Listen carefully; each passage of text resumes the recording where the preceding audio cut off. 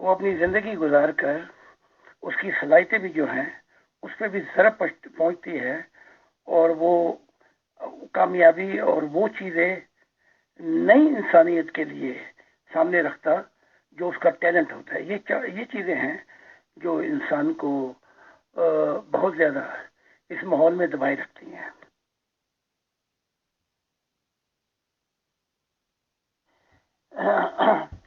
سب سے پہلے جو نبی کی تعریف ہے وہ یہ ہے کہ وہ جو بات کر رہا ہے اس میں لاجک بھی ہونی چاہیے، انٹیلیجنٹ بھی ہونی چاہیے، ریزن بھی ہونی چاہیے آج کل کے دور میں 21 سینچری.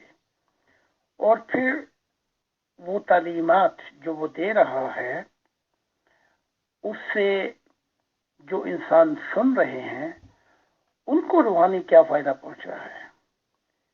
کیا وہ اس تعلیمات سے اس قابل ہے کہ انسانیت کی روحانی شیشے کھول دے، انسانیت کو خدا کی طرف لے جائے، اور وہ سوالات جو ابھی تک ممنون ہیں مذہب میں ان کو کھول کے سامنے رکھے.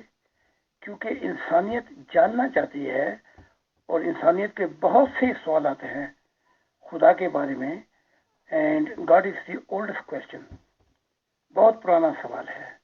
تو میں سمجھتا ہوں کہ نبی کا کام یہ ہے کہ ذہنی طور پر، عقلی طور پر اور ایموشنلی ان سوالات کو حل کرے اور انسانیت کے سامنے اپنی تعلیمات رکھے.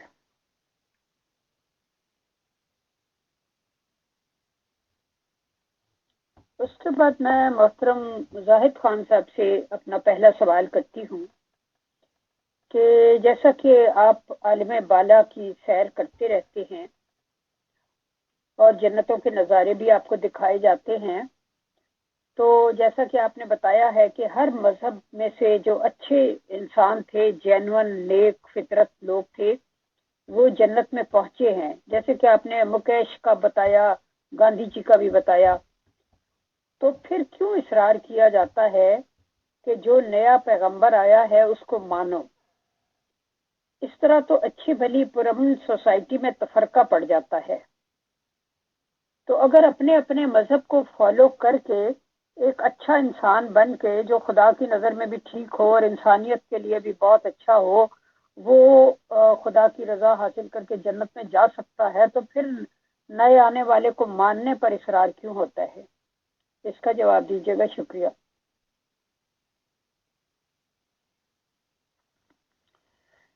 یہ بات میرے لیے مشہور کر دی گئی ہے کہ میں 24 گھنٹے جنتوں میں بیٹھا ہوتا ہوں. حالانکہ میں دوستوں کی سیل بھی کرتا ہوں. وہاں کے جو حالات ہیں وہ یہ ہیں، اکثریت وہاں پہ پھنس گئی ہے. میں عالم برزخ کے ان گنت جو دنیا ہے ان میں بھی جاتا ہوں. ان کے مسائل، ان کی مصیبتیں اور ہیں. پھر میں نیوٹرل ڈیمینشن میں بھی جاتا ہوں جہاں پہ صوفیت کی دنیا اور جہان ہے. اور میں جنتوں میں بھی جاتا ہوں جسے جنتے کہا جاتا ہے. وہ گروتھ سٹیجز مقامات ہیں. پھر میں عالم بالا جنتوں میں بھی جاتا ہوں. تو عالم بالا جنتوں میں تو میں نے کوئی روح دیکھی نہیں. تو اب رہ گئے نیوٹرل ڈیمینشن، اور جو پہلی سیڑھی ہے روحانی جو فردوس کہا جاتا ہے، فارمیشن سٹیج. اگر اکا دکا روح چلی بھی گئی تو کیا پہاڑ ٹوٹ گیا؟ باقی ساری مخلوقات جو اکثریت ہے وہ تو جہنم میں پھنسی ہوئی ہے. اس کے لیے آپ کیا کریں گے یہ کبھی سوچا آپ نے؟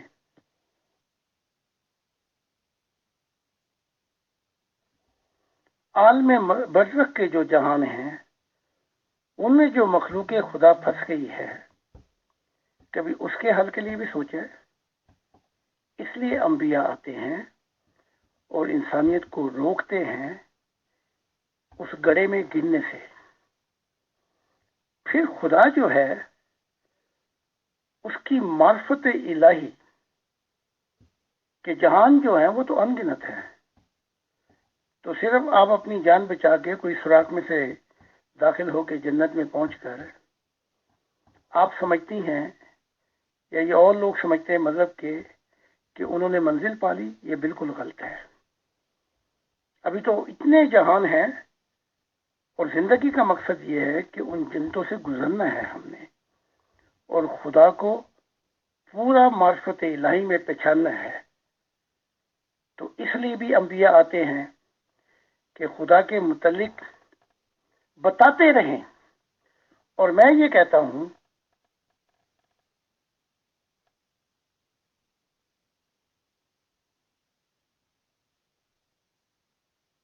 اس کے بعد میں محترم زاہد خان صاحب سے اپنا پہلا سوال کرتی ہوں کہ جیسا کہ آپ عالم بالا کی سیر کرتے رہتے ہیں اور جنتوں کے نظارے بھی آپ کو دکھائے جاتے ہیں، تو جیسا کہ آپ نے بتایا ہے کہ ہر مذہب میں سے جو اچھے انسان تھے، جینون نیک فطرت لوگ تھے، وہ جنت میں پہنچے ہیں، جیسے کہ آپ نے مکیش کا بتایا، گاندھی جی کا بھی بتایا۔ تو پھر کیوں اصرار کیا جاتا ہے کہ جو نیا پیغمبر آیا ہے اس کو مانو؟ اس طرح تو اچھی بھلی پرامن سوسائٹی میں تفرقہ پڑ جاتا ہے۔ تو اگر اپنے اپنے مذہب کو فالو کر کے ایک اچھا انسان بن کے جو خدا کی نظر میں بھی ٹھیک ہو اور انسانیت کے لیے بھی بہت اچھا ہو، وہ خدا کی رضا حاصل کر کے جنت میں جا سکتا ہے، تو پھر نئے آنے والے کو ماننے پر اصرار کیوں ہوتا ہے؟ اس کا جواب دیجیے گا، شکریہ۔ میرے جانے کے بعد جب زمین انبیاء سے بھر جائے گی تو کیا خدا کی معرفت الہی ختم ہو جائے گی؟ خدا کے پاس اتنا کچھ ہے، نہ اس دنیا میں نہ آخرت میں، کسی بھی جنتوں میں ختم نہیں ہو سکتا۔ عالم بالا میں تو کوئی روح پہنچی نہیں ابھی، وہ سارے پیچھے بیٹھے ہوئے عالم برزخ میں، یا اکا دکا روح پہنچ بھی گئی تو جو باقی سارے جہنم میں بیٹھے ہوئے ان کا کیا ہوگا؟ تو انبیاء جو آئیں گے، جس سے زمین کثرت سے انبیاء سے بھر جائے گی، ان کا مقصد ہی یہ ہے کہ وہ مقصد پورا ہو جس کے لیے انسانیت کو پیدا کیا گیا تھا۔ اور اس مقصد کے لیے کوئی بھی وقت ایسا نہیں آئے گا، ابھی تو سفر بہت بڑا لمبا ہے، تو وہ معاشرے کو خراب کرنے کے لیے نہیں آتے، معاشرے کو سنوارنے کے لیے آتے ہیں۔ اگر کوئی یہ کہے کہ میں کنڈر گارڈن نرسری میں بیٹھ کر میں نے سارا کچھ حاصل کر لیا اور اب مجھے آگے جانے کی ضرورت نہیں، تو پھر یہ بے وقوفی ہوگی، اگنورنس ہوگی، اور میں یہ سمجھتا ہوں کہ ناواقفیت ہوگی، اور ہم جہالت میں نہیں بیٹھنا چاہتے ہیں۔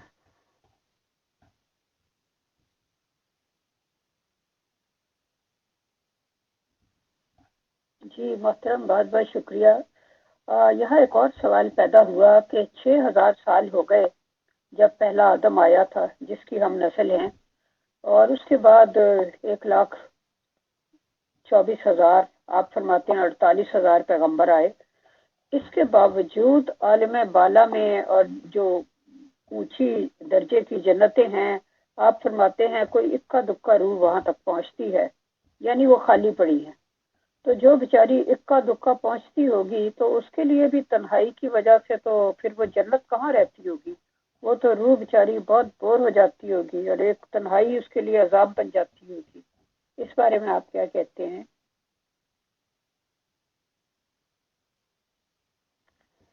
عالم بالا میں تو میں نے انسانی روح دیکھی نہیں، یہ اور مخلوقات ہیں جو گولڈن نور کی ہیں اور آسمانی نور کی، یا ایک دکا جو فرشتے ہیں، باقی انہیں واپس آنا پڑتا ہے۔ اگر خدا کا دیدار الہی بورنگ ہے یا تنہائی محسوس کرتی ہے تو وہ روح ان جہانوں کے قابل بھی نہیں ہے، کیونکہ وہاں تو دیدار الہی ہے، وہاں تو معرفت الہی ہے، اور وہاں تو وہ سیڑھی ہے جہاں سے آگے جانا پڑتا ہے۔ تو ایسی ارواح وہ پیچھے ہی رہ جاتی ہیں۔ یہاں تو وہ جاتا ہے جو محبت الہی میں کامل ہو گیا ہو۔ تو جنتیں وہ نہیں ہیں جو آپ نے یہاں کا ماحول سمجھا ہوا ہے.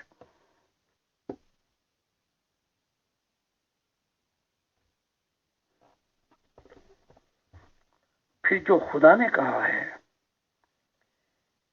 کہ یہ زمین میرے نور سے منور ہو جائے گی، اب یہ وقت بھی نہیں پورا ہوا.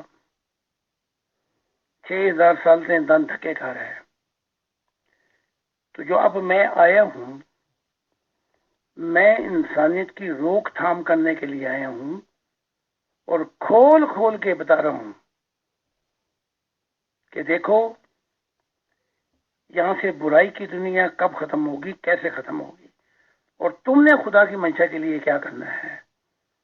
میں یہاں کھول کھول کر جو باتیں نہیں بتا سکے 6000 سال سے، میں کھول کھول کر بتا رہا ہوں.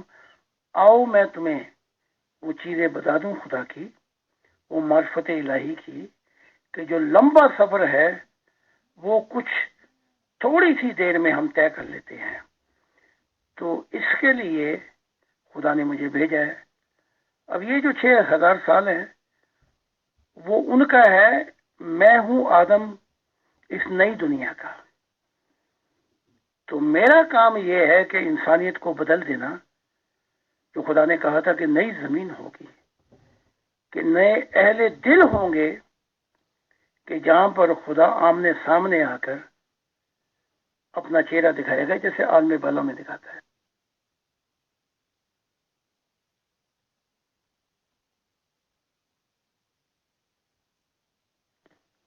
جو زندگی کا گول ہے اور مقصد، وہ تو برائی کی دنیا کو ختم کر دینا ہے، کیونکہ یہ تو خدا کے منصوبے میں تھا ہی نہیں کہ برائی کی دنیا ساتھ ساتھ چلے. اندھیرے وہاں پہ ہیں جہاں پہ روشنی نہیں ہے. تو یہ جو وقت ہے یہ ایک نیا وقت ہے، اور اس نئے وقت کی پہچان یہ ہے کہ وہ مقصد جس کے لیے خدا نے انسان کو پیدا کیا وہ پورا ہو جائے اس وقت. تو خدا نے مجھ سے کہا کہ تجھ سے نیا آسمان، خدا کی منشا پوری ہو جائے گی، نئی زمین، نئے اہل دل ہوں گے. تو جو پرانی دنیا، پرانے مسائل ہیں، انہی کو تو میں ختم کرنے کے لیے آیا ہوں، تاکہ پھر یہاں سے لوگ دوست کو میں نہ جائیں، دوست کے ختم ہو جائیں. یہاں سے لوگ عالم برزخ میں نہ جائیں، عالم برزخ ختم ہو جائیں، نیوٹرل دنیا ختم ہو جائے. ایک سیدھا راستہ جسے فردوس کہتے ہیں. یہ تو چھوٹی چھوٹی جنتیں ہیں، ان سے گزر کر براہ راست انسان عالم بالا میں خدا کے سامنے آمنے سامنے ہو کر اس سے ملے، تاکہ نیا سفر شروع ہو سکے. یہ نیا سفر ابتدا ہے.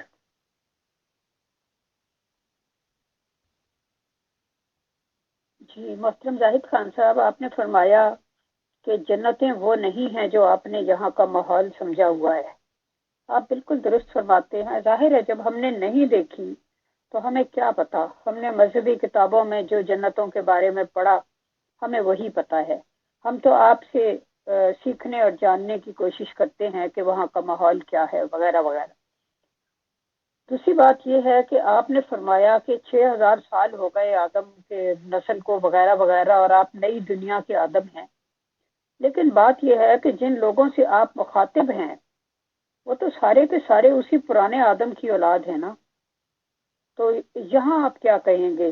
آپ ٹھیک ہے نئے دور کے آدم ہیں، آپ سے ایک نیا خاندان شروع ہوا، اس سے ایک نئی سوسائٹی بنے گی، لیکن ابھی جن لوگوں سے آپ مخاطب ہیں وہ سارے پرانے ہی آدم کی اولاد ہیں.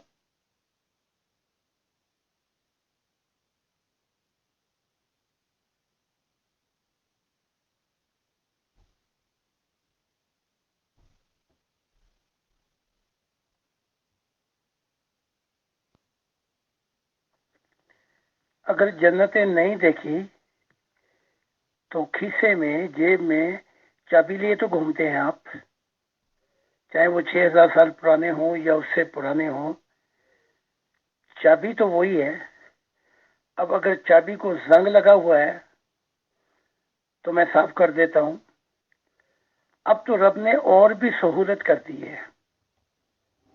تعلیمات جو میری ہیں اس کو مجھ سے ملنے کی بھی ضرورت نہیں ہے، بلکہ اس کو تعلیمات کو پڑھ کے ہی لوگ خدا کا دیدار کر رہے ہیں اور 15 نبی ادھر بھی آ چکے ہیں، تو اب تو اور بھی سہولت خدا نے کر دی ہے تاکہ ایسا ڈکا لگ جائے کہ یہاں سے ارواح دوزخ میں نہ جائیں۔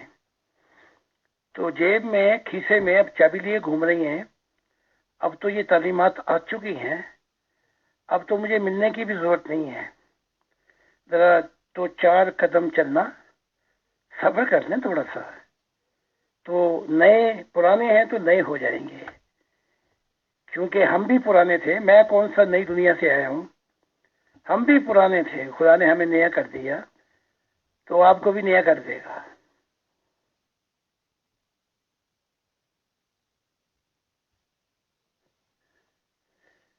پھر وہ خود ہی کہتا ہے کہ میں ہر چیز نئی بنا دوں گا۔ جو ہی خدا سے ملاقات ہوگی ہر چیز نئی بن جائے گی۔ تو اس پرانی دنیا میں بیٹھ کر نئی دنیاوں کی صرف باتیں نہیں کرنی، بلکہ اس کو چھوڑ دیں پرانی دنیا کو۔ جب نیا آدم بلا رہا ہے، آؤ میں تمہیں نیا انسان بنا دوں، تمہیں نئی دنیا دے دوں، یہ جو دنیا ہے اسے تمہیں چھٹکارا دلوا دوں، آؤ میں تمہیں خدا کو یہیں سے ملا دیتا ہوں، یہیں سے تمہاری اندھا پن دور کر دیتا ہوں، یہیں سے تمہاری حصے کھول دیتا ہوں۔ اور وہ کہہ رہا ہے نیا آدم، ایک دل لے آؤ جو خدا کے لیے دھڑکتا ہو، بس باقی سارے کام جو ہے وہ آدم کرے گا، خدا کا دل کرے گا۔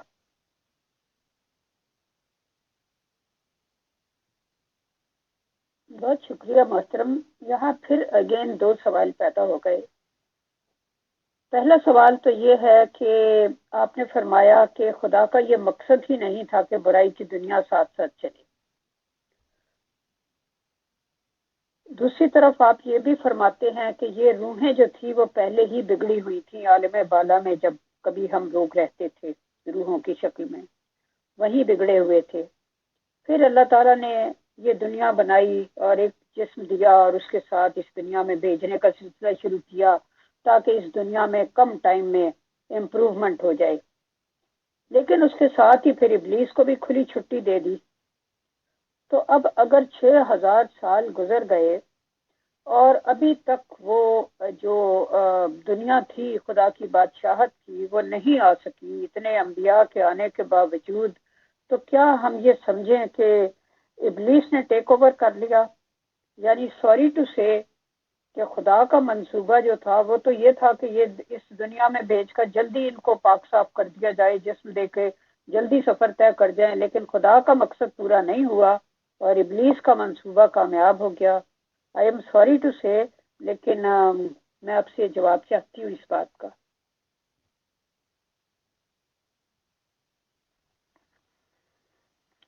عالم ارواح کی دنیا میں بھی سب چابیاں لے کر آزادی کی، دماغ کی آزادی، شعور کی آزادی، ضمیر کی آزادی، دل کی آزادی، روح کی آزادی لے کر خدا نے ان کو گائیڈنس دی تھی۔ اب اگر یہ ان آزادیوں کا غلط فائدہ اٹھاتے ہوئے روح کی دنیا میں بگڑ گئے اور ساتھ میں انہوں نے ابلیس کی لات بھی کھینچ دی، تو خدا وہاں پہ جا کے ختم نہیں ہو جاتا، اس نے پھر موقع دیا، اور اس دنیا کے اندر بھی ہم پھر بگڑ گئے، لیکن خدا پھر بھی گائیڈنس بھیج رہا ہے۔ انبیاء، خدا کیا چاہتا ہے؟ اگر خدا کے دل میں کوئی ایسی بات تھی کہ ان کو دبا کرو، ان کو یہ پھنسے مریں جہنموں کے اندر، تو خدا پیچھے ہٹ جاتا۔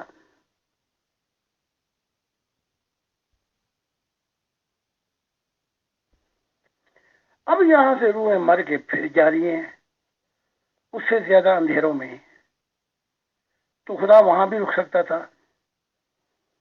لیکن خدا نے آدم کو بھیجا۔ اب میرا کام کیا ہے؟ میرا کام یہ ہے کہ 50 سال کی خدا کی مرضی، مشن کی مرضی میں پردوں کے پیچھے جیت چکا ہوں.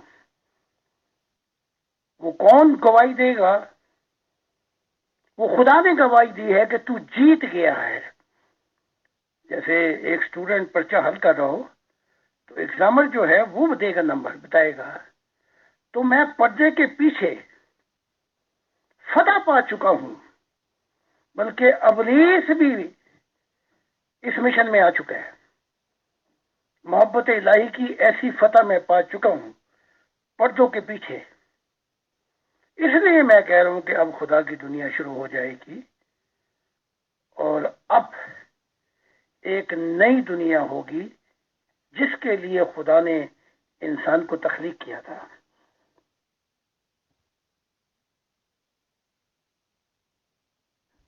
اگر خدا چاہتا عالم ارواح میں ہمیں کوئی کمپیوٹر بنا دیتا، یا ہمارے اندر کچھ ایسے پرنسپل رکھ دیتا کہ ہم اس کی بغاوت نہ کرتے، لیکن پھر محبت الہی کا مقصد جو ہے وہ تو فوت ہو چکا تھا. اس لیے خدا کہتا ہے God created man in his own image. خدا نے اپنی شیپت پہ انسان کو پیدا کیا. تو جب ان شیپت پہ پیدا کیا، وہ اختیارات دیے لیکن اس کے ساتھ گائیڈنس بھی دی، تبھی تو محبت کو مکمل ہونے میں دیر لگ رہی ہے. لیکن ایسے لوگ ہیں جو اس محبت کی دنیا کے اندر کامل ہوئے، چاہے وہ مشن ہی چھوڑ گئے، لیکن خدا کی محبت میں اتنی دور گئے اور خدا نے انہیں بیٹا کہا، روحانی بیٹا. جیسے عیسیٰ ابن زکریا ہے. تو یہ وہ چیزیں ہیں جس سے دیر ہو رہی ہے. تلوار سے کام جلدی ہو جاتا ہے، لیکن پھر تلوار لٹکی رہتی ہے ہمیشہ کے لیے.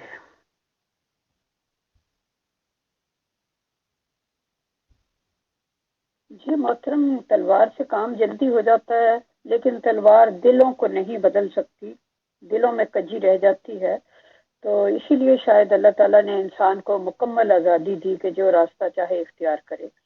لیکن یہاں یہ سوال پیدا ہوتا ہے کہ آپ نے فرمایا کہ اگر اللہ تعالیٰ چاہتا کہ وہ انسان ایک ہی نیکی اور سچائی کے راستے پر چلتے تو کمپیوٹرائز کر دیتا ان کو، یا روبوٹ بنا دیتا. تو فرشتوں کو تو میرا مطلب ہے ان کے بارے میں تو یہی ہم نے سنا ہے کہ وہ ہر وقت تسبیح کرتے رہتے ہیں اور سجدہ کرتے ہیں اور رکوع میں رہتے ہیں وغیرہ وغیرہ. تو ان کے اندر تو نیکی کوٹ کوٹ کر بھری ہوئی تھی، یعنی وہ روبوٹ ہیں، جو ان کو کام دیا جاتا ہے وہ کرتے ہیں، یا وہ کمپیوٹرائزڈ ہیں، ان کے اندر جو پروگرام فیڈ کیا جاتا ہے وہ کرتے ہیں. لیکن پھر آپ بتاتے ہیں کہ وہ بھی گر گئے، ان میں سے بھی بعض گر گئے، اور ابلیس خود بھی پہلے فرشتہ ہی تھا، صبح کا ستارہ تھا، علوم دیتا تھا، استاد تھا، اور پھر یہ بھی گر گیا. تو پھر یہ روبوٹ ہوتے ہوئے کیسے گر جاتے ہیں؟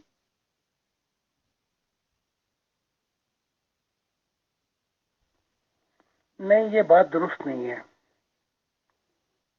بہت سے فرشتے بھی گر چکے ہیں، اور ان میں سے اکثر تعداد گر چکی تھی ابلیس کے ساتھ. کوئی کمپیوٹر نہیں ہے ان میں، اور نہ میں نے کوئی ایسی بات دیکھی کہ وہ تسبیح کر رہے ہیں. کرتے ہیں تسبیح، لیکن ان سے بھی غلطیاں ہوتی ہیں. تبھی تو میں کہتا ہوں یہ فردوس جو ہے، جسے آپ جنت کہتے ہیں، یہ فرشتوں کی دنیا ہے. اسے ہم فارمیشن سٹیج کہا جاتا ہے، ابتدائی. یہاں کی محرم انبیاء بات کر رہے تھے کہ یہاں پہ جائیں گے یہ لوگ، پھر اس سے آگے گروتھ سٹیجز شروع ہو جاتی ہیں فرشتوں کی، کمپلیٹ سٹیجز شروع ہو جاتی ہیں. تو کسی مخلوق کے اندر اس نے، جن ہو یا کوئی اور مخلوقات ہوں، کوئی چابی یا کوئی وہ نہیں رکھا پرنسپل یا کمپیوٹرائز. کیونکہ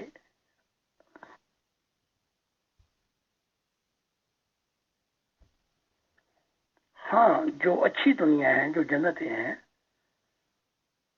وہاں ماحول ایسا ہے آرکیٹیکچر کا کہ کھانے پینے کی ضرورتیں ختم ہو چکی ہیں. تو کیونکہ اس کو انجوائے کے لیے تخلیق کیا گیا تھا، جو اچھی دنیا ہے، یہ جو جنتیں ہیں، تو اس ماحول کے اندر روحانی سائنس بہت زیادہ ہے، بہت آگے ہے. لیکن اگر آپ میری کتابوں کا اور مطالعہ کریں گی تو میں نے بہت سے راز فرشتوں کے کھولے ہیں، ان میں جو ان سے گڑبڑ ہوئی ہے اور جو وہ ابھی تک نہیں بتا رہے تھے اپنے متعلق، تو یہ چیزیں اب آہستہ آہستہ سامنے آ رہی ہیں. فقط اس لیے نئے آدم سے نئی ابتدا، نئی بہار، نئی پوائنٹ آف ویو شروع ہو جاتا ہے. تو کوئی ایسے نہیں ہے فرشتے کہ 24 گھنٹے وہ خدا کے حکم کی یعنی کہ لگے ہوئے ہیں. نہیں، ان میں بھی دل ہے، ان میں بھی دماغ ہے. وہی صلاحیتیں ہیں جو اور مخلوقات میں رکھی گئی ہیں. جی بہت شکریہ محترم زاہد خان صاحب. دراصل میں معذرت خواہ ہوں کہ میرے ذہن کی ساخت ہی خدا تعالیٰ نے کچھ ایسی بنائی ہے کہ اس میں مسلسل سوالات پیدا ہوتے رہتے ہیں، جس کی وجہ سے میں جو بھی گروپ جوائن کروں وہاں ہر کوئی مجھ سے تنگ پڑ جاتا ہے اور نکال باہر کرتا ہے. آپ وہ واحد ہستی ہیں جو صبر و تحمل اور شفقت سے ہر سوال کا جواب دیتے ہیں. یہ آپ کا بڑا پن ہے. اس کے بعد میں اگلا سوال کرتی ہوں.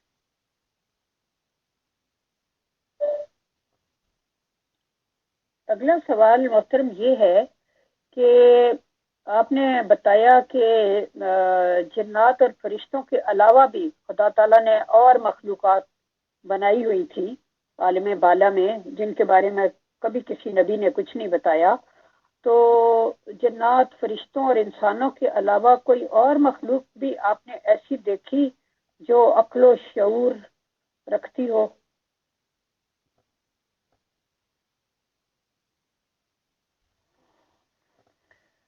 یہ سوالات جو ہیں یہ اشارہ کرتے ہیں کہ ہر جنتوں میں جب رزق ملے گا، صبح و شام گائیڈنس ملے گی خدا کی، تو ہر مخلوق کا یہ حق ہے کہ وہ سوال کریں گے. ان جنتوں میں پاس ہوگے تو یا اگلی جنت میں جائیں گے. تو مجھے جو ڈر ہے وہ یہ ہے کہ میرے جوابات کی بھرمار سے کہیں آپ نہ بیزار ہو جائے. یہ تو میں نے مذاقن کہہ دیا. آپ جیسے لوگ ہوں تبھی تو میں کہتا ہوں کہ ہمیں چاہیے کہ ہم اپنے بچوں کو جواب دینا نہیں بلکہ سوال کرنا سکھائیں. مذہب سے وفا نہیں بلکہ کریٹیکل کویشچن بھی پوچھے جائیں تاکہ معاشرہ ترقی کرے. اب میں آپ کے دوسرے سوال کی طرف آتا ہوں.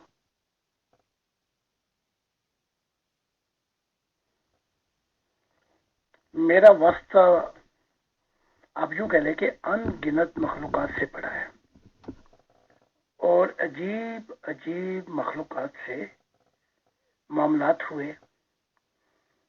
اور اس چیز کا دوسرا نام جنتیں ہیں، جہاں پہ آپ ملٹی مخلوقات کے بیچ میں رہ کر جو کچھ حاصل کریں گے آپ، تو خدا تعالیٰ کو جاننے کے لیے ان مخلوقات سے بھی جو ہم سیکھیں گے یا جو ہم سکھائیں گے، اور جن جن جنتوں سے ہم گزریں گے ہمیں ہمارا نور مکمل ہوگا.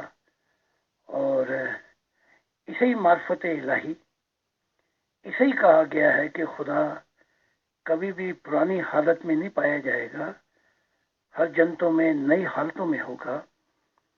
اور اسے ہی کہا گیا ہے کہ وہ کہنے والے نے کیا کہا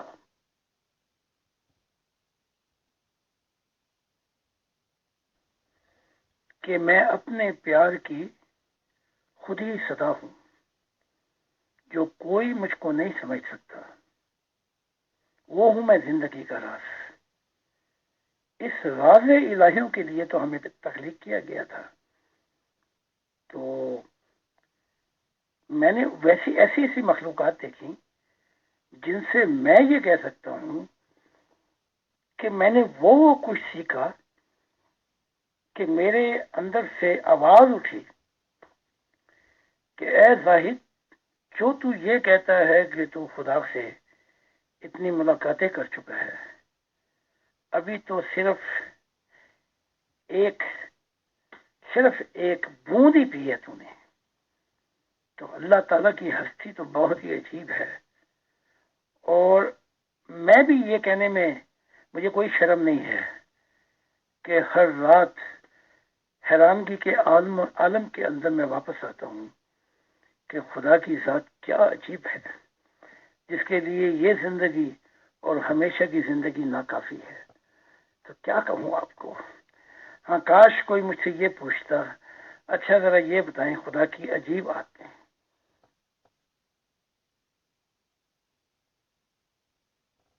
جی محترم، یہ میں نے ضرور پوچھنا ہے کہ آج آپ نے ہمیں خدا کے بارے میں، اس کی ذات کے بارے میں بہت کچھ بتایا ہے. آج اس سے ہٹ کے کچھ مزید نیا بتائیں، کچھ عجیب باتیں بتائیں. لیکن یہ سوال میں آخر کے لیے رکھتی ہوں، کیونکہ کچھ لوگوں کے سوال بھی آئے ہوئے ہیں، تو پھر ایسا نہ ہو کہ کسی کا سوال رہ جائے، اس سے میں پہلے باقی لوگوں کے پوچھ لوں.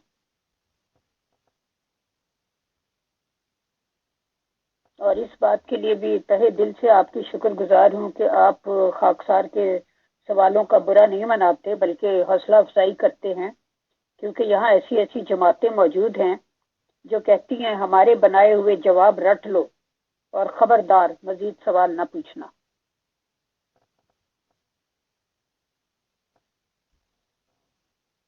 محترم زاہد خان صاحب، میرا اگلا سوال یہ ہے کہ جناب مرزا غلام احمد قادیانی صاحب تشریف لائے اور انہوں نے اسلام کی ہی ایک بہترین شکل کو پیش کیا. یعنی کہ انہوں نے کہا کہ اسلام کے محل پر جو گرد و غبار آ گیا ہے، میں اس کو صاف کرنے کے لیے آیا ہوں. جو ایک دو چینجز انہوں نے وقت کے حساب سے کی، وہ صرف دو باتیں نئی تھی. ایک یہ کہ جہاد کو منسوخ کر دیا، اور دوسرا یہ کہ حضرت عیسیٰ علیہ السلام کی وفات جو تھی اس کو ثابت کیا. لیکن اس کے باوجود ہندوستان میں ایک بھونچال آ گیا. عیسائی بھی ان کے خلاف ہو گئے، ہندو بھی خلاف ہو گئے، سکھ بھی خلاف ہو گئے، اور سب سے زیادہ مسلمان خلاف ہوئے. باقی تو اب پتہ نہیں کوئی انہیں برا بھلا کہتا ہے یا نہیں کہتا، لیکن سب سے زیادہ مسلمان برا بھلا کہتے ہیں. ایک منٹ، میں اگلی آڈیو میں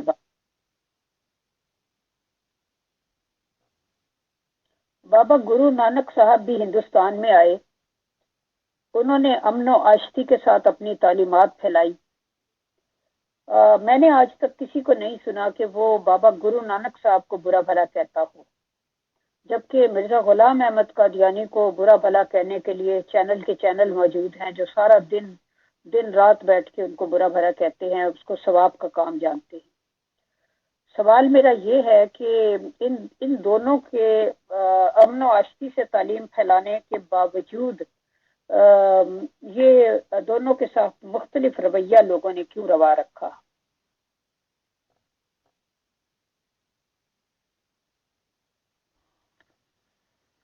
جی، جو وفات ہے عیسیٰ ابن زکریا کی، یہ تو بہت سے صوفیوں نے بھی بیان کی ہے، جیسے داتا علی حجویری بیان کرتے ہیں کشف المحجوب میں.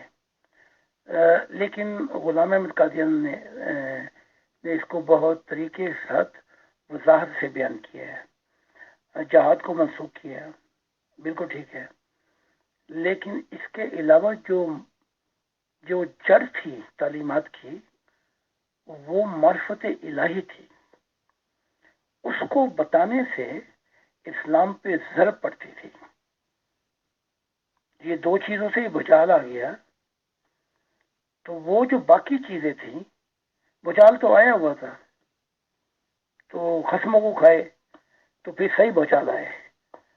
تو وہ جو باتیں تھی، جیسے کہ واضح الہی سے جس سے انسان جلدی سے مل سکتا تھا، یہاں تک تو کہہ دیا کہ میں نے اپنے آپ کو خدا بھی دیکھا، یہ بھی علیحدہ مضمون ہے. تو اس کی بعد میں بات کریں گے. خدا بھی دیکھا تو پھر خدا کی باتیں بھی بتا جاتے تاکہ مسئلہ حل ہو جاتا ہے انسانیت کا.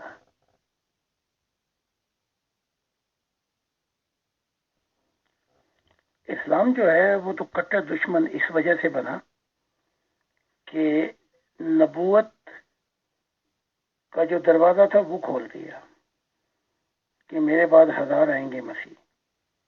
یہ بڑی ضرب پہنچی ہے اسلام کے اوپر. یعنی کہ آنے والا کہہ رہا ہے کہ میں وہی ہوں اور پھر آگے سے دروازہ بھی کھولتا جا رہا ہے. پھر یہ بھی کہہ رہا ہے کہ اگلے آنے والا بھی جب کوئی ایسی بات کہے جو عجیب سی ہو معرفت الہی کی تو جاؤ اس کے دل پر خدا کی بارش ہوئی ہے. تو اس بات سے بڑی نفرت ہوئی ہے مسلمانوں کو.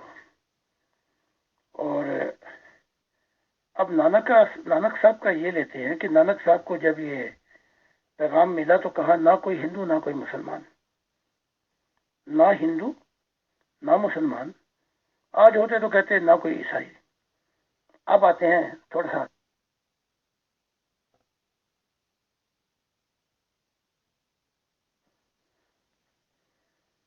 نانک صاحب ڈپلومیٹ بڑے تھے. چادر تھی اس سے اسلام کا کلمہ بھی لکھا ہوا تھا، صوفیوں کی روایات بھی، وہ سارا ہی کچھ لکھا ہوا تھا. جیسے مکے گئے انہوں نے کہا کہ بھیا مسلمانوں کے نہیں تو فوراً کلمہ دکھا گا دیکھو یہ لکھا ہوا ہے.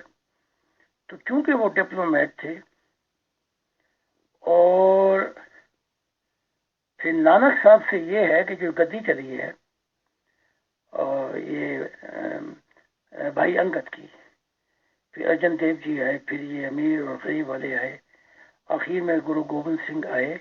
ان کا صحیح رفڑ پڑتا ہے مسلمانوں سے اور ان کو قتل کرنے والے بھی مسلمان ہیں. وہ یوں کہ جب اس نے طریقہ کار بدلا مسلمانوں کے خلاف، وہاں پر قتل کرنے والے بھی پٹھانی تھے، مسلمان تھے. تو آپ جتنا سوسائٹی کو چیلنج کریں گے کنفرٹیشن، پھر وہ آئیں گے آپ کی طرف. اگر سب کے لیے آپ ڈپلومیٹ بن جائیں، مثال کے طور پہ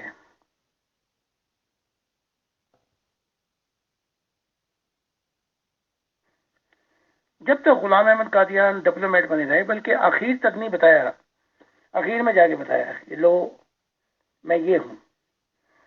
اور بہت عرصہ صلح کے نام سے، اچھا آپ کو تکلیف ہے تو میں واپس لے لیتا ہوں، اچھا تکلیف ہے تو مجدد بھی واپس، تکلیف ہے تو نبی بھی واپس. تو جب تک کام چلتا رہا، تو جب کھل کے سامنے آئے اور کہا کہ یہ اور یہ اور یہ ہے آخری دنوں میں، تو پھر کنفرٹیشن شروع ہوئی. اس لیے میری کنفرٹیشن جو ہے وہ تو پہلے دن سے شروع ہو گئی، کیونکہ میں نے تو کوئی ڈپلومیٹری کا اختیار ہی نہیں کیا. اس لیے جتنا آپ سوسائٹی کو چیلنج کریں گے تبدیل کرنے کا، تب سوسائٹی آئے گی جیسے شہد کی مکھیاں آتی ہیں. پھر آپ کو پتہ لگے گا. تو تورات میں بھی ایسے انبیاء آئے ہیں، ان کے خلاف کسی نے چو چرا نہیں کی، کیونکہ انہوں نے بھی مذہبوں کو چیلنج نہیں کیا. تو جتنا چیلنج کریں گے اتنا پھر مخالفت کا دباؤ پڑے گا.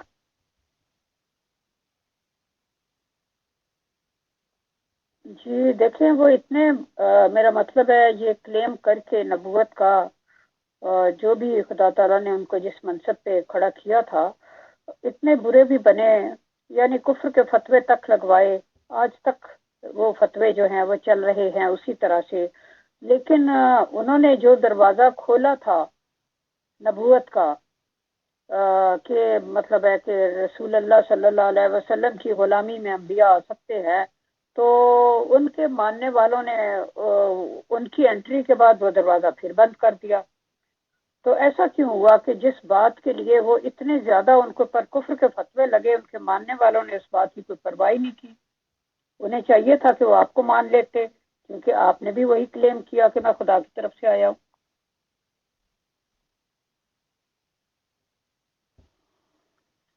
مذہب میں جو سب سے بڑی مصیبت ہے وہ یہ ہے کہ مذہبی لوگوں کا رجحان جو ہے، جسے آپ کہتے ہیں ہینگنگ اراؤنڈ، جو وہ چپک جاتے ہیں، وہ اپنے انبیاء سے چپک جاتے ہیں. تو جو محبت یا حق خدا کا ہوتا ہے وہ ان کو دے بیٹھتے ہیں. یہی حال اب ان کا بھی ہوا ہے، احمدیت کا بھی. لیکن اگر غلام احمد قادیان جو راز الہی ہیں وہ بتا جاتے تو ان کی یہ چمیڑ نہ ہوتی، یہ چپک نہیں جاتے، بلکہ خدا کے راز الہی پہاڑ بن کے ان کے سامنے کھڑے ہو جاتے. تو پھر ان کو اس سمت آنا پڑتا. تو اس لیے میں پوری کوشش کر رہا ہوں دل و جان سے کہ پوری زندگی کے مشن میں نے خدا کو آگے رکھا،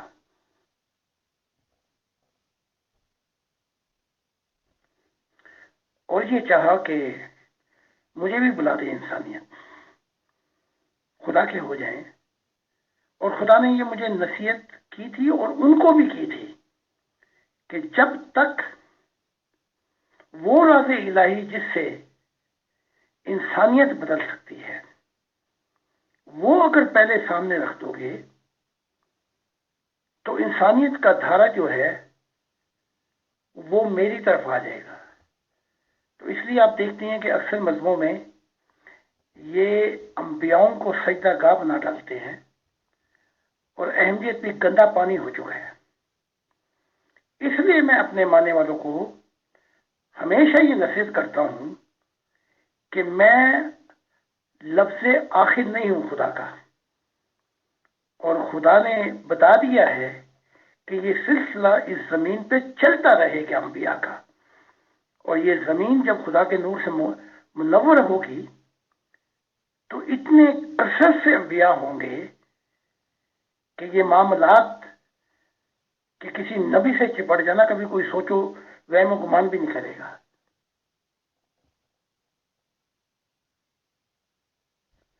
اب احمدیت کہتی تو ہے کہ آئیں گے، لیکن آئیں گے غلامی کے اندر، اسلام کی غلامی میں، شریعت کی غلامی میں. یہ شوشہ چھوڑا ہے غلام احمد قادیان نے، اور غلط شوشہ چھوڑا ہے. اس کا ایک ہی توڑ ہے جو غلام احمد قادیان بھی نہیں کر سکا، لیکن چھوٹی سی بات میں وہ محمود کر گیا، جو ان کا بیٹا تھا، کہ ہر شخص ترقی کر سکتا ہے اور محمد سے بھی آگے ترقی کر سکتا ہے. تو جو محمد سے آگے ترقی کرے گا تو وہ محمد سے آگے والی بات بھی تو بتائے گا کہ نہیں بتائے گا. اس لیے چونکہ جب بانی ایسی غلطی کر جائے تو وہ بیچارہ خلیفہ ہے، اس کی بات پہ کوئی توجہ نہیں دے رہا. اس لیے جماعت احمدیہ جو ہے کہتی تو ہے کہ آئے گا، لیکن ماننے کے لیے اس لیے تیار نہیں ہے کہ یہ بھی اپنے نبی کی کو سجدہ گاہ بنا بیٹھے ہیں، اور اس لیے خدا ان کی سب بھی لپیٹ دے گا.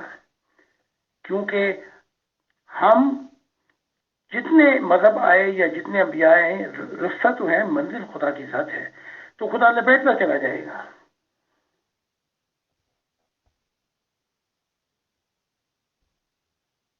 جی بہت شکریہ محترم. ایک لائٹ موڈ کا سوال ہے. آپ نے فرمایا کہ میں خود کو حرف آخر نہیں کہتا، یعنی اللہ تعالیٰ بھیجتا رہے گا. اب اللہ تعالیٰ نے آپ کو اپنے دل کی صورت، جیسا کہ آپ کہتے ہیں کہ آپ خدا کا دل ہیں، اپنا دل بھی انسانیت کو دے دیا، تو اب اس کے بعد اور خدا تعالیٰ نے انسانیت کو کیا دینا ہے؟ دل ایک آخری چیز ہوتی ہے، محبت کی انتہا ہوتی ہے جب انسان کسی سے کہتا ہے کہ میں نے اپنا دل تمہیں دے دیا. تو ایسے ہی خیر، یہ میں نے ایک لائٹ موڈ کا سوال کیا. اس کے بعد خدا نے اور کیا دینا ہے انسانیت؟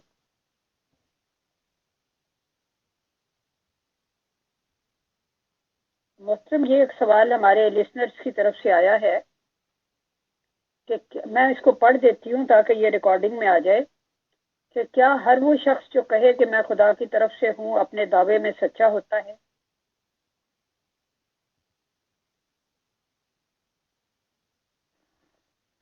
بڑی عجیب بات ہے، وہ اپنے دعوے میں سچا ہو یا جھوٹا ہو، یہ علیحدہ مضمون ہے، لیکن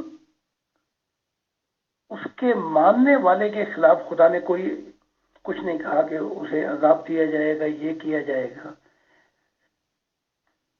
تو یہ کہا گیا کہ مانو. تو یہاں سے یہ جو بات پتہ چلتی ہے کہ جھوٹے اور سچے، اگر جھوٹا ہے تو اپنا وبال بھی خود ہی اٹھائے گا، لیکن خدا نے انسان کو یہ حق نہیں دیا کہ تم اسے جھوٹا کہو. اگر سچا ہے تو تمہیں فائدے ملیں گے اس کے. تو دعویٰ کرنے والا جو کہتا ہے کہ میں خدا کی طرف سے آیا ہوں، تو وہ ایسے راز الہی بھی بیان کرے جس سے انسان کے دل پہ اثر پڑے، جس سے انسان کا سفر شروع ہو. یہ وہ پھل ہے جس سے وہ پہچانا جائے گا.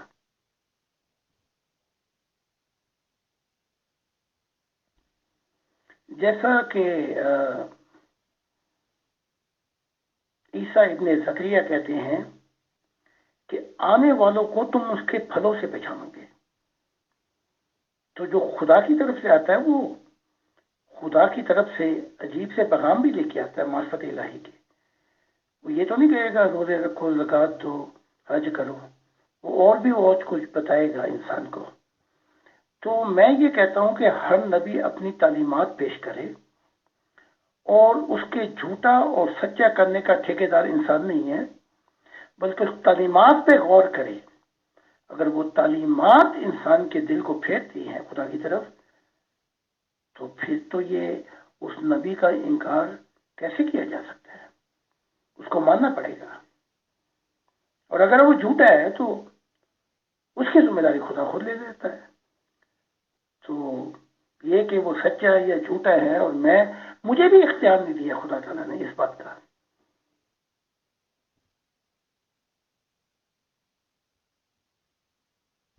محترم، یہ ایک اور سوال ہے، اس کو بھی میں پڑھ دیتی ہوں. اگر ہر مدعی اپنے دعوے میں سچا نہیں ہوتا تو کیا انسان کی ذمہ داری نہیں کہ وہ مدعی کے دعوے کو پرکھ لے یا پھر قبول کر دے، رد کر دے؟ لیکن میں سمجھ رہی ہوں کہ آپ نے اس کا جواب اوپر جو جواب دیا اس میں دے دیا.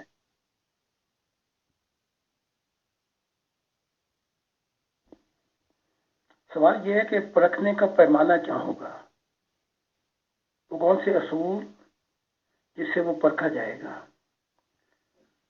تو پرکھنے کا پیمانہ اس کے پھل ہوں گے کہ وہ خدا کی اگلا پیغام اور اگلا کچھ کیا کہہ رہا ہے، جس سے پورا انسانیت کو فائدہ بھی ہو، اس کی زندگی بدل جائے، اس کا دل بدل جائے، اس کی روح خدا کی طرف سفر کرے. یہ پیمانہ ہے. اس کے علاوہ اور کوئی مجھے پیمانہ دکھا دیں آپ. وہ آپ کو یہ تھوڑی کہے گا کہ گند کھانا شروع کر دو، یہ تھوڑی کہے گا کہ میری طرف آ جاؤ، یا کچھ ہی اندھیرے کی سمت کی طرف بلائے آپ کو. تو پیمانہ پرکھنے کا یہ ہوگا کہ توجہ کرنی پڑے گی کہ وہ خدا کی کیا آواز پیش کر رہے ہیں کہ اب یہ پیغام ہے اور اس پیغام سے خدا مل سکتا ہے.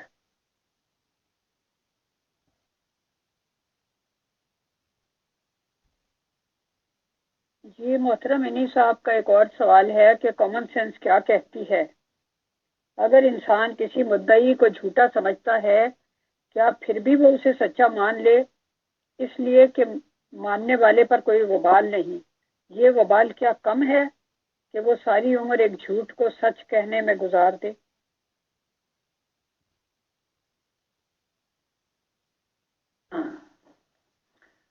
کامن سینس اگر معیار یا پیمانہ ہوتا تو پھر یہ سائنٹسٹ اور بڑے بڑے لوگ جو ہیں وہ آگے نکل جاتے.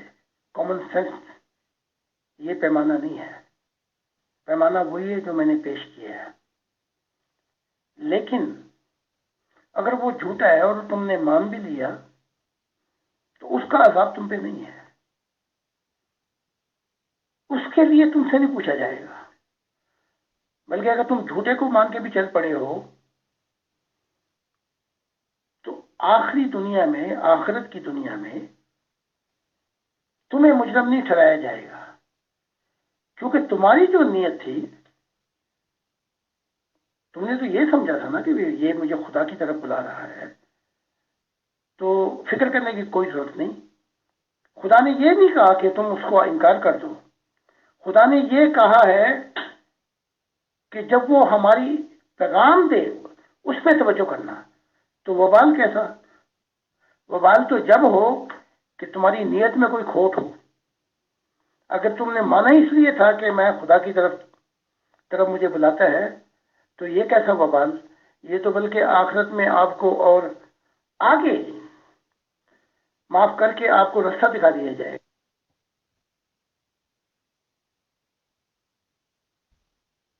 فیصل بھائی نے جو سوال فارورڈ کیا ہے وہ میں پڑھ دیتی ہوں تاکہ ریکارڈنگ میں آ جائے۔ نبی کی صداقت کا معیار کیا ہے اور وہ کون سی علامات ہیں جس سے یہ ثابت ہو جائے کہ تابع دار سچا ہے؟ جواب تو ویسے اس کا بھی پہلے ہو چکا ہے۔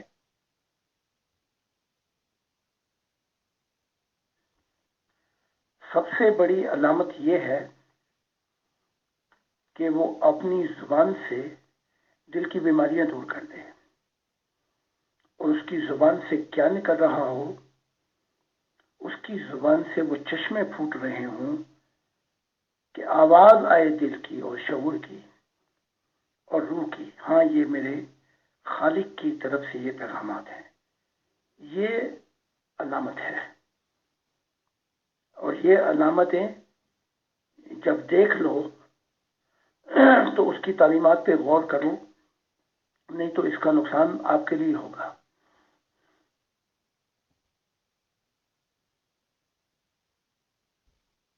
جی بہت شکریہ محترم زاہد خان صاحب۔ میں سمجھتی ہوں کسی کو بھی ماننا جو ہوتا ہے یہ اپنے کمفرٹ زون سے باہر نکلنا ہوتا ہے، جو کہ اکثر لوگ پسند نہیں کرتے۔ مشکل ہوتا ہے کمفرٹ زون سے باہر نکلنا۔ بہرحال میں اپنا اگلا سوال کرتی ہوں، اور اس کے بعد پھر وہ فائنل سوال جس پہ آپ کو ہمیشہ خواہش ہوتی ہے کہ آپ سے پوچھا جائے، لیکن ہم لوگ ادھر ادھر سے جو سوال آئے ہوتے ہیں اس میں الجھے رہتے ہیں۔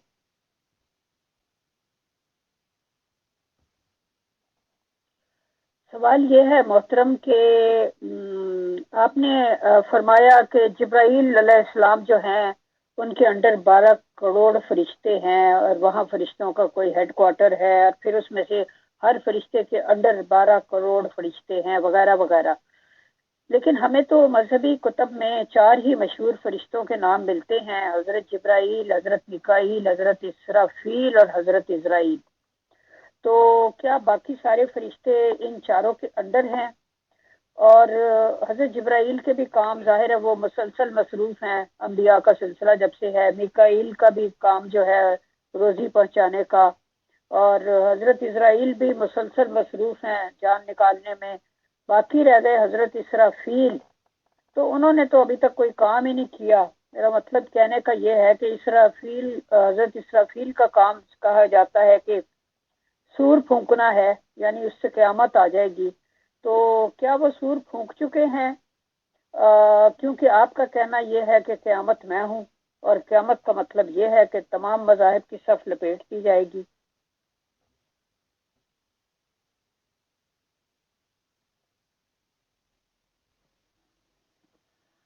اتنے ان فرشتوں سے اوپر بھی فرشتے ہیں،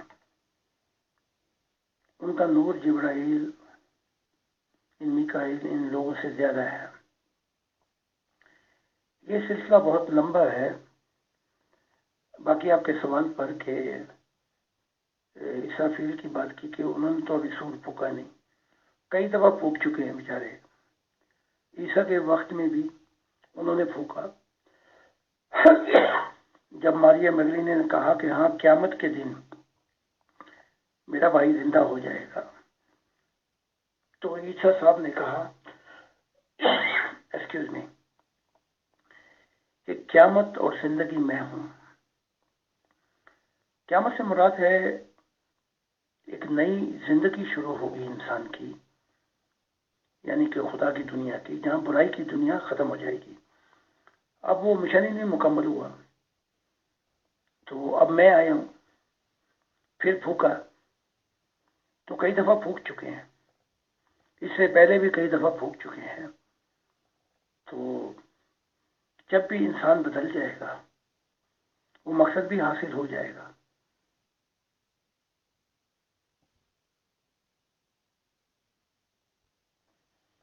کیونکہ خدا ہمیں بلا رہا ہے تو ہماری نگاہ جو ہے وہ عام کھانے پہ ہونی چاہیے. کچھ آپ کے درخت گننا شروع کر دیں، وہ درخت ہمیں گنا دیں گے موت کے بعد.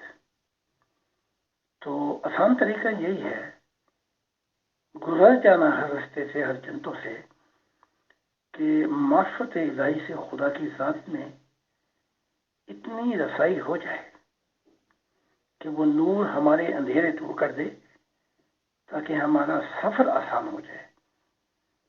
کیونکہ جب ہم کہتے ہیں ابدی زندگی تو اس کی کوئی لمیٹیشن نہیں ہے. تو ان چیزوں پر دھیان رکھ کر ہمیں سب کچھ مل جائے گا بعد میں. جو ہمارے اندھیرے دور ہوں گے، نور کی شدت ہوگی، سارے جہانوں کی خبریں ہمیں اس نور سے ہی مل جائیں گی.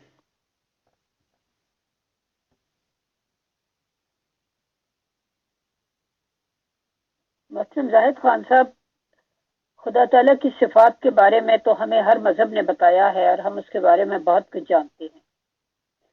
آپ پہلے شخص ہیں جنہوں نے خدا کی ذات کے بارے میں بات کی اور کافی کچھ بتایا. آپ نے جہاں تک مجھے یاد پڑتا ہے، آپ نے بتایا کہ آپ نے خدا کا آغاز جو تھا وہاں تک خدا نے لے جا کر آپ کو بتایا کہ وہ خود کس طرح سے وجود میں آیا، اور پھر اس نے اپنا بچپن بھی آپ کو دکھایا. پھر آپ نے خدا کے بیٹے بیٹیاں بھی دیکھی، اور آپ نے خدا کے بارے میں بہت زیادہ عجیب و غریب بات بیان کی ہے. چونکہ وہ ہمارا کریٹر ہے اور ہم سب اس سے محبت رکھتے ہیں، جیسا کہ ہر تخلیق اپنے خالق سے محبت رکھتی ہے.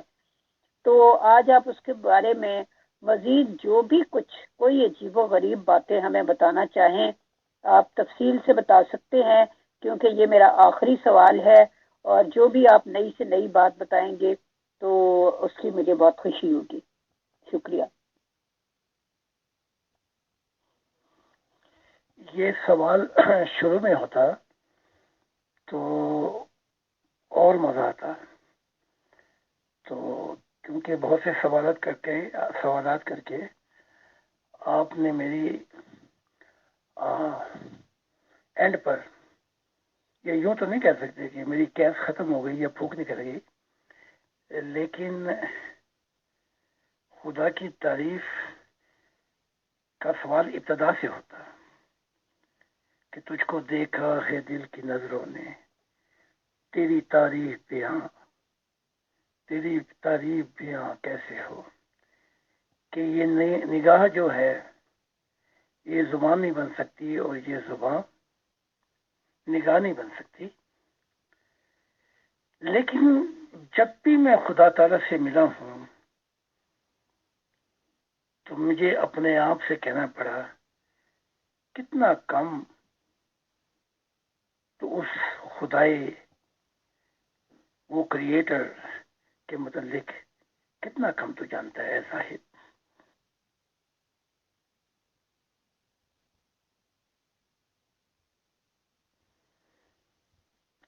ہر جہان میں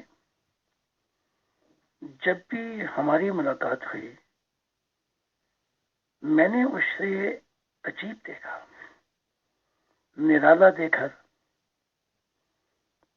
میرے دماغ کی وہ صفائی کر گیا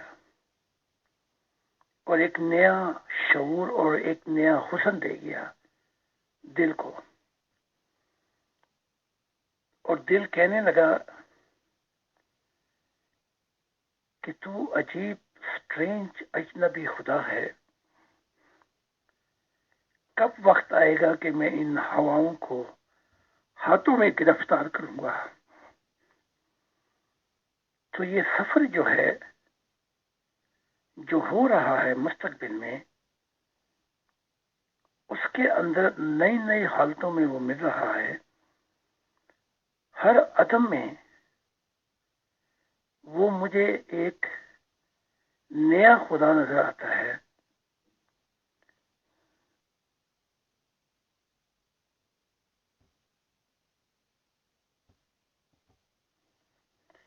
ابھی بھی اپنی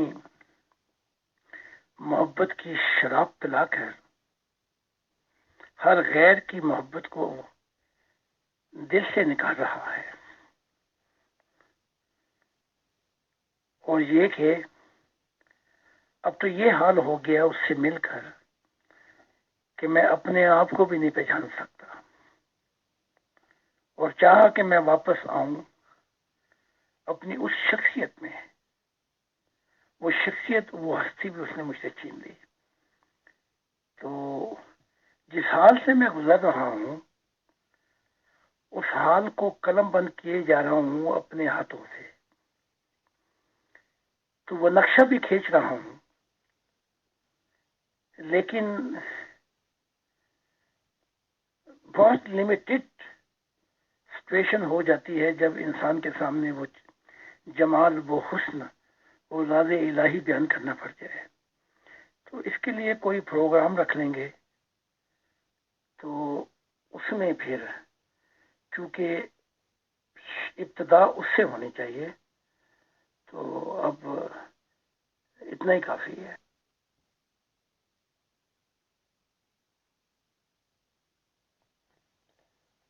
صدا ہوں اپنے پیار کی جہاں سے بے نیاز ہوں، کسی سے جو نہ کھل سکے وہ زندگی کا راز ہوں۔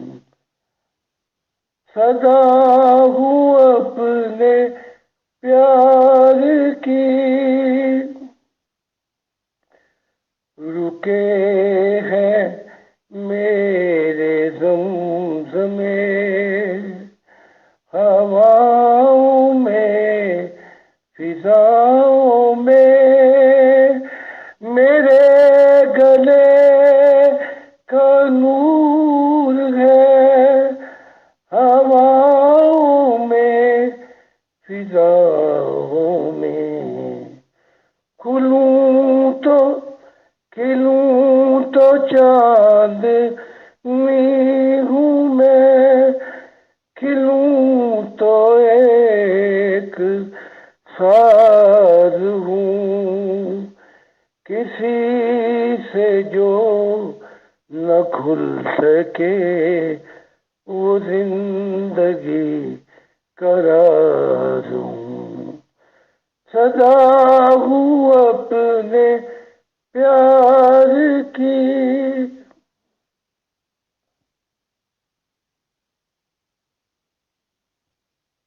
جی محترم زاہد خان صاحب، میں بھی تہہ دل سے آپ کی شکر گزار ہوں کہ آپ نے بہت ہی شفقت اور تحمل کے ساتھ میرے بعض اٹپٹے سوالوں کے بھی بہت اچھے جواب دیے، اور میں محترم فیصل بھائی کی بھی بہت شکر گزار ہوں جنہوں نے مجھے بھرپور موقع فراہم کیا کہ میں آپ کے سامنے یہ سب سوالات رکھ سکوں۔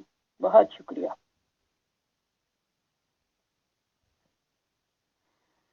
یہ نغمہ گانے میں شاید الفاظوں کی غلطی ہو گئی ہو، لیکن آپ دل پہ نظر رکھنا، آپ کے لیے اور امیر فیصل صاحب کے لیے میں ہمیشہ دعا کرتا ہوں، اور میں یہ سمجھتا ہوں کہ یہ بھی بہت بڑی تبلیغ ہے کہ پیغام پہنچا کر اگر ایک روح بھی مل گئی خدا کو تو آپ سمجھ لیں یہ اس سے بہتر ہے کہ ساری دنیا ہمیں ملے۔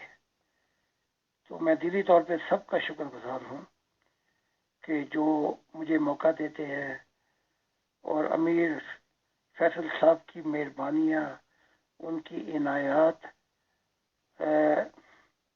جتنا کچھ میں جان سکا ہوں، انسان اسی کو کہتے ہیں۔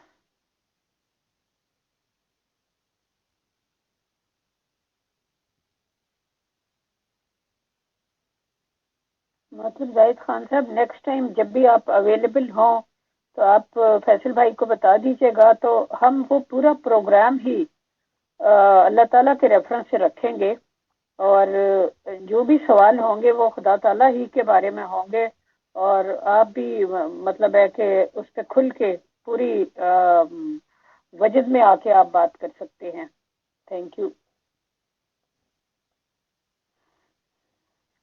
ہاں، یہ وجد ہی تو راز ہے محبت الہی کا، جو پلک جھپکنے سے پہلے کہیں سے کہیں پہنچا دیتا ہے. تو ضرور اس پہ بات ہوگی. اور میری زندگی کا محبوب ترین موضوع جو ہے وہ حقیقت خدا کی ذات ہے. یہ تو باقی بیچ میں آ جاتا سارا کچھ، ورنہ اگر میرے بس میں ہوتا تو میں صرف خدا کی بات کرتا، ورنہ خاموش رہتا. اور اگر ہو سکتا مجھ سے تو میں خدا کی معرفت الہی سنتا، کیونکہ دل کی گہرائیوں میں اب اس کے سوا کچھ نہیں رہا.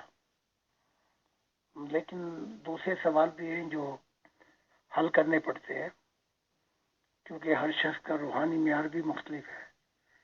تو بہت بہت شکریہ. بہت بہت شکریہ، بہت جزاک اللہ محترم زاہد خان صاحب، Mughal ma'am and all dear group members of pure discussion group کے کافی معلومات سے نوازا. اور یہ تجویز دونوں ہی سائڈ سے بہت اچھی آئی ہے، مغل میم کی طرف سے بھی اور زاہد خان صاحب نے بھی اس کو ایکسیپٹ کیا ہے کہ ایک پرٹیکولر سیشن صرف خدا کی صفات یا خدا کی ذات کے ٹاپک پہ رکھیں گے، جس میں محترم زاہد خان صاحب بہت تفصیل سے جواب دیں گے. اور ایک ممبر، قابل ممبر کے کمنٹس یا میسیج کہہ لیجیے آئی ہے کہ انہوں نے کہا ہے کہ لوگوں کو موقع مل رہا ہے کہ وہ زاہد صاحب کی شخصیت اور پیغام کو سمجھ سکیں، اور اسی طرح اگر جمبا صاحب کے پیغام یا شخصیت میں کوئی دم ہے تو وہ فارم پر موجود ہونے کے باوجود سامنے کیوں نہیں آتے. یہ ہم کوشش کریں گے کہ محترم جمبا صاحب اور محترم طارق چوہان صاحب تک یہ بات پہنچائیں، اور ممبرس کے یہ جذبات اور ان کے خیالات ضرور پہنچائیں گے. بہت شکریہ، بہت جزاک اللہ زاہد خان صاحب، Mughal ma'am and all dear members. جی ہماری بھی محترم عبدالغفار جمبا صاحب سے بہت ہمبل ریکویسٹ ہے کہ وہ پلیز کبھی تشریف لائیں اور سوال و جواب کا موقع دیں. اور اگر سوال و جواب کا موقع نہیں دینا چاہتے تو اپنی کتاب ورچو از گاڈ اس کو ذرا سادہ الفاظ میں ہم جیسے نکموں کے لیے بیان کر دیں. میں نے اس کو پڑھنے اور سمجھنے کی بہت کوشش کی لیکن میری سمجھ میں نہیں آئی، تو میری بڑی خواہش ہے کہ کبھی وہ اپنی زبان سے اس کے بارے میں بیان کرے.